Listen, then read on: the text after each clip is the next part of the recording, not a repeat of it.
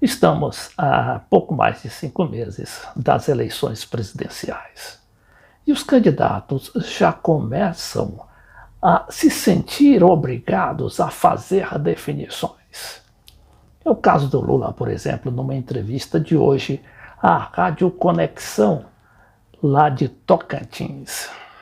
O Lula disse que vai mexer na reforma trabalhista, que considera, além de danosa, altamente danosa ao país, pelo o número de desempregos que criou, e também por ter feito o país voltar ao tempo da escravidão, segundo ele, sem férias, sem direito a Natal. Ele também anunciou que vai abrasileirar o preço da gasolina, ou seja, desconectar o preço dos combustíveis com os preços internacionais. E, finalmente, disse não ter medo da tal da terceira via. Defendeu também a polarização entre sua candidatura e a candidatura do atual presidente Jair Bolsonaro.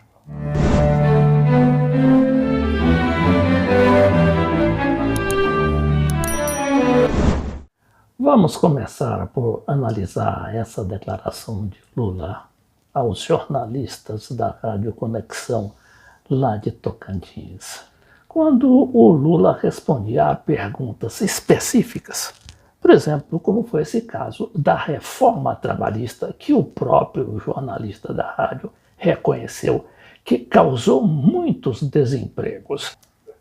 E eu sempre briguei com os empresários para que a gente não tivesse uma reforma trabalhista a ponto de você querer destruir tudo aquilo que a classe trabalhadora acumulou de conquista desde 1943, com a introdução da CLT. Lamentavelmente, o que eles fizeram foi a destruição dos direitos conquistados, oferecendo ao trabalhador um nada, oferecendo ao trabalhador um emprego intermitente, oferecendo ao trabalhador a ideia do empreendedorismo, sabe, como se você entregar comida, sabe, numa moto, numa bicicleta, se você trabalhar no Uber, fosse empreendedorismo, sem que o trabalhador tenha nenhum direito, nenhuma seguridade social, não tem descanso semanal remunerado, não tem férias, não tem 13º, não tem Natal, não tem Ano Novo. Ou seja, nós voltamos quase que a um tratamento do tempo da escravidão. Então, o que eu quero fazer? Eu recebi um documento do movimento sindical, todas as centrais sindicais me apoiaram, sabe, para que a gente, não é que a gente faça a revogação, porque ninguém quer de volta o passado. Aí o Lula é muito cauteloso e diz que não vai fazer a revogação da lei trabalhista, não é aprovada no governo Temer, logo depois ao golpe parlamentar que derrubou a Dilma Rousseff.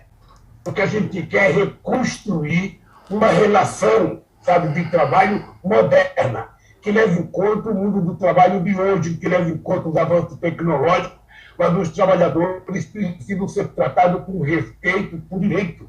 Os trabalhadores não podem ficar refém, sem ter nenhuma seguridade social.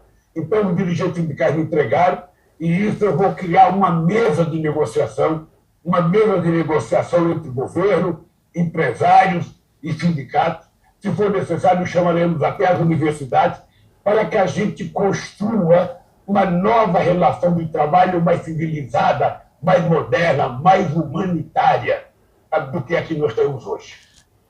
E nesse momento o Lula recebe outra pergunta de outro jornalista que compunha aquela mesa lá da entrevista e que denuncia, não é, e que se queixa dos preços da gasolina. Eu não poderia deixar de fazer essa pergunta. Vejam aí, o barril do petróleo sobe, o dólar sobe, o combustível sobe, a inflação sobe. O barril de petróleo desce o preço, o dólar cai, mas o preço do combustível nem a inflação cai, presidente. Fazer o quê, presidente? Para fazer o quê? Fazer administração. Veja, o Brasil... Eu só queria te lembrar, Luiz Armando, que em 2008, quando veio a crise do subprime e depois a crise do Lehman Brothers, ou seja, você está lembrado que o barril do petróleo chegou a $147. e o litro da gasolina que você colocava no seu carro, aí na cidade de Palmas, era apenas R$ 2,60. Não tem nada a ver a guerra da Ucrânia, o preço internacional com o preço do Brasil. Nós somos autossuficientes. O petróleo é prospectado em real, as sondas são feitas em real, os trabalhadores ganham salário em real. Portanto, não tem nenhuma explicação você dolarizar, apenas para aumentar dividendos para os acionistas.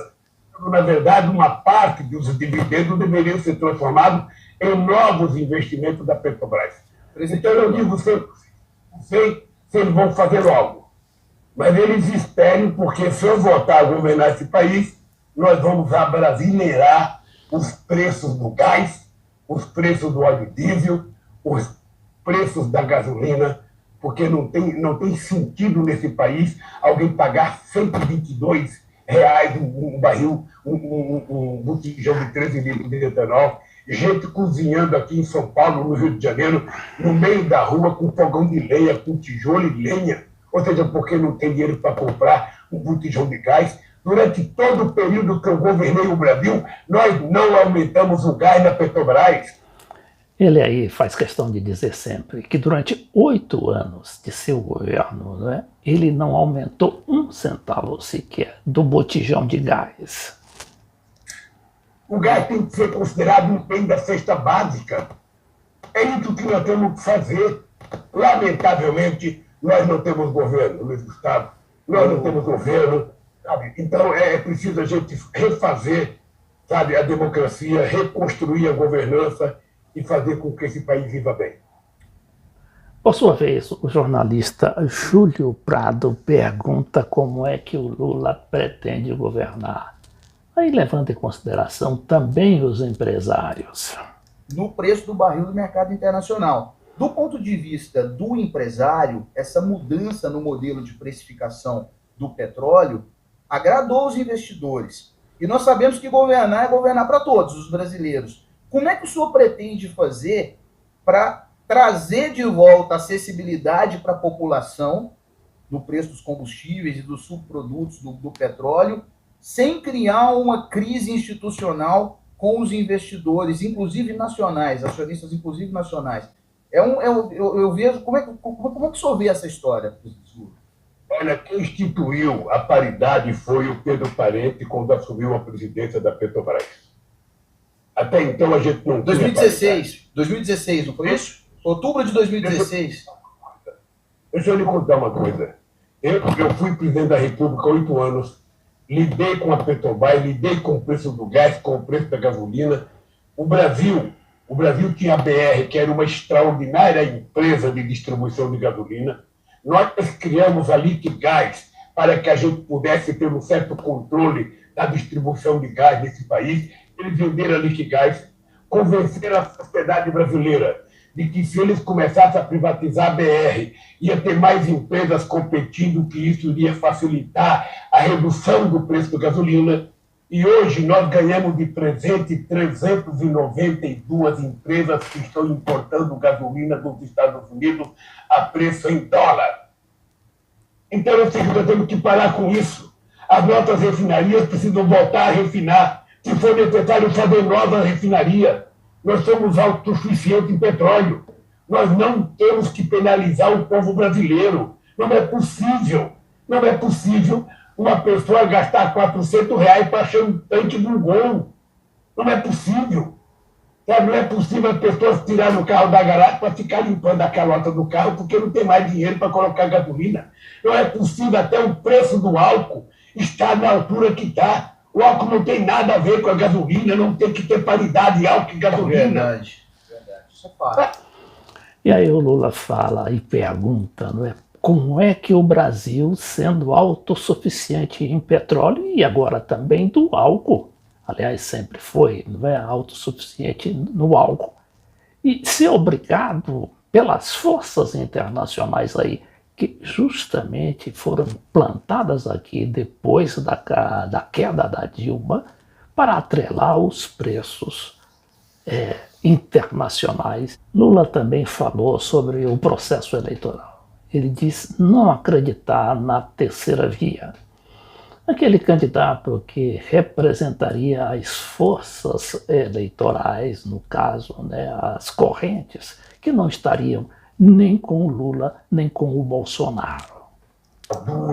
Sobre a fraternidade, solidariedade, crescimento econômico, desenvolvimento, geração de emprego, distribuição de renda, coisas que precisam ser discutidas no Brasil. E eu tenho a graça de ter recebido, sabe, a ajuda primorosa de Deus de ter feito o melhor governo que esse país conheceu do ponto de vista da inclusão social. Então, eu não acredito que surja a terceira via. Acho que vai ser uma eleição polarizada, mas a gente não tem que ter medo de polarização. Você viu um jogo polarizado entre Flamengo e São Paulo domingo. Você viu a polarização entre o Liverpool e o Manchester City na Inglaterra. Ou seja, a polarização existe sempre que tem duas pessoas disputando, dois times jogando, dois países em conflito. Ou seja, o que é preciso é que a gente diga para o povo o que está em jogo.